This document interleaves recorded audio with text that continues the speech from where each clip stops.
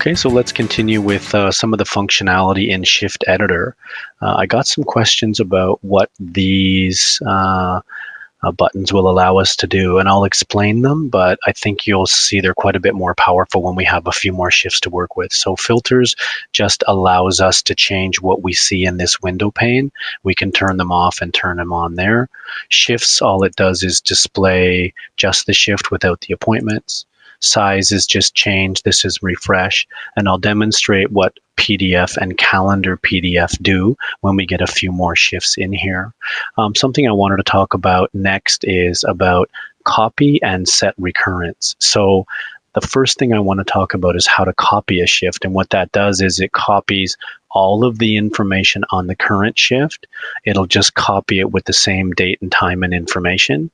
And then that allows people on a one-off shift, for instance, to be able to copy that and to be able to just make slight changes. So let's say we wanted to copy our driver shift. Let's go ahead and copy that. So notice the only thing that hasn't copied is the appointments. But if we click on that, we can see the keyword is the same, the date and time are the same, the driver instructions and the minimum maximum people settings are all the same. So let's just go ahead and modify that. Let's say we wanted it to be the 22nd. We can make that small change here. And of course, we could also change the color if we wanted to keep it a little bit separate. Let's go ahead and save that. Now, of course, we could go ahead and use that. It's still out to rosters. We can see it's published to the driver's roster. So we'd be able to see that. Let's go ahead and see what that looks like.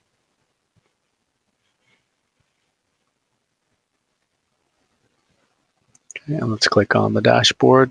So here we are back in our private account, and you can see that the December 22nd, 1 to 3 p.m. shift has shown up to drivers on the roster as a shift sign up. So it does appear.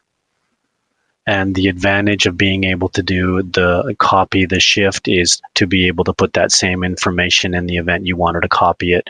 You can copy colors and times and dates and titles, and you can make a slight modification if you want to be able to use much of the same information again in another way. So that's how the copy system works.